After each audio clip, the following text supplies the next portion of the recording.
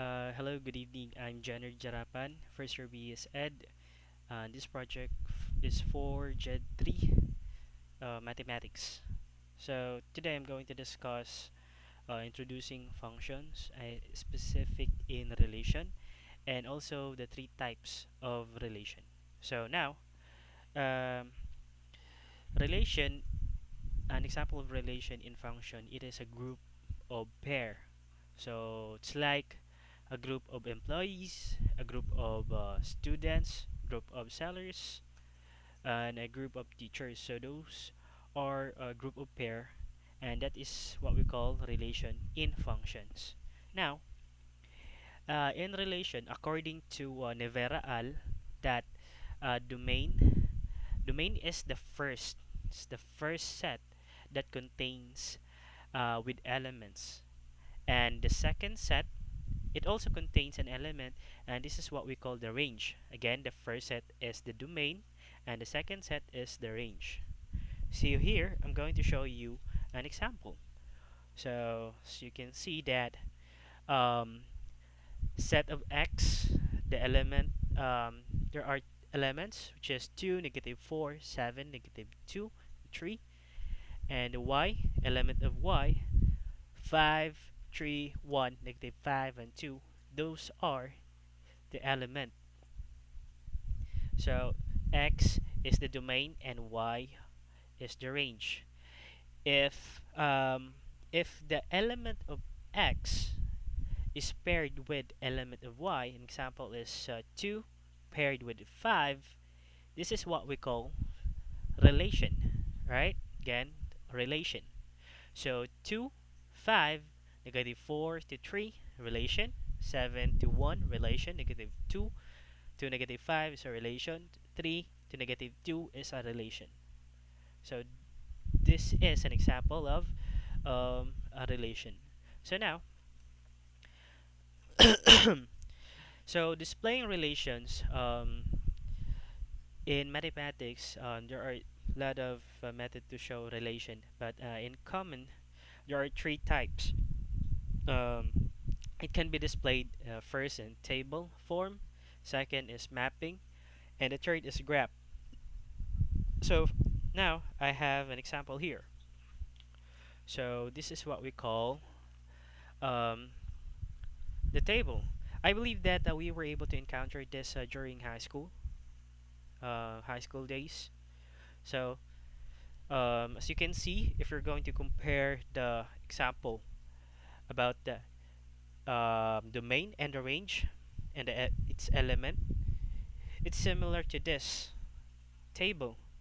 The only difference is that the domain and the range and each element are inside the table.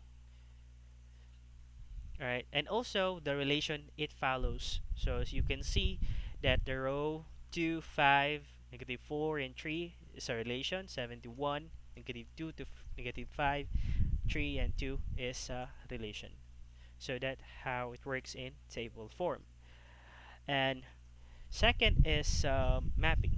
So where it is, okay, here you go. So this is the mapping method. So in mapping, it shows that the domain and range is as a separate cluster of values. Lines are drawn. Okay, lines are drawn to match each value and domain with its corresponding value in the range. So here, this is the domain, cluster of domain, and the cluster of range. So guys, it's up to you if you wanted to uh, scramble the numbers. But for me to make it formal, I started to negative down to positive. So here it shows that negative 4 is paired with 3, right? So there is a line, it shows here. Negative 2 is paired with negative 5, line. 2 to 5, 3 to 2, and 7, okay? 7 to 1. Here we go. So that is how it works in mapping. And the third one, which is uh, We really encountered this in high school. This is the graphing method, right? So you can see, uh, since I don't have a graphing paper, so I make my own graph as an illustration, in order for me to illustrate or show to you an example. So that is. So in graphs or graphing, it can also be used in a relation between values.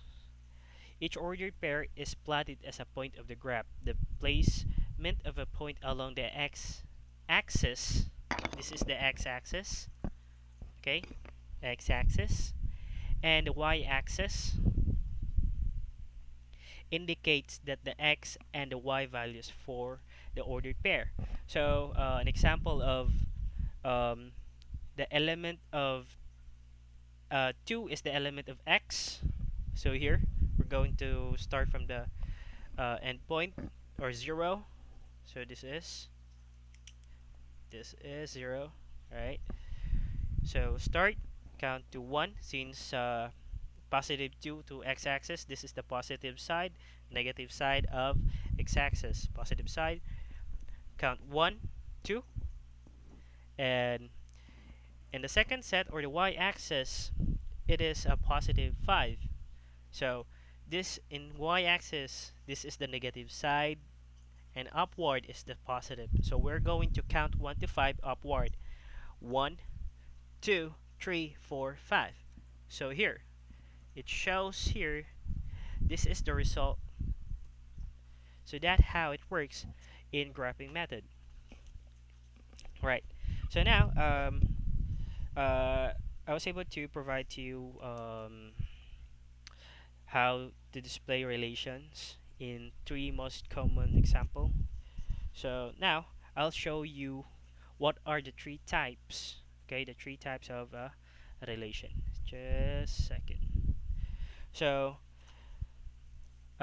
first is the one-to-one relation. Here, a relation of A and B is said to be one-to-one relation if no elements, okay, no elements A have the same image in B. So here, this is the domain, guys. Element, element. This is the range, right? So you can see 3 is paired with 5, 2 is paired with 6, 4 is paired with 7. So only one. They are paired with only one. So this is what we call the one-to-one relation. The first uh, type of relation. Second is this is what we call the one-to-many relation, right? So one-to-many relation, it is from A to B is said to be one-to-many relation if an element is related to or more elements of B. So from domain, okay, from domain is paired with two elements in range. So here example of 1 is paired with two elements of set B or the range, and 3, so it's paired only 1, but 5 is paired with two element in B. So this is what we call the one-to-many. And the last is the many-to-one relation. So a relation of A to B is said to be many, okay, many-to-one relation if two or more elements are related to element of B. An element rather, one element. So here it shows that A, set A or the domain, there are two elements. There are two elements that paired with only one. It shows here it's a variable. So it's either a number or a variable, but it's still an element. So element of B, only only one. 8 is paired with only one. F 9, but 9 and 10, there are two elements that paired to only one under the B or the range set.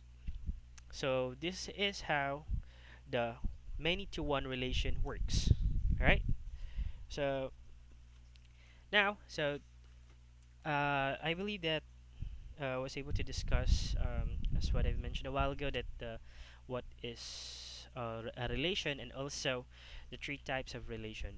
So I don't want to take too much of your time, and I hope you were able to understand this lesson. But maybe in the future I can make it improve.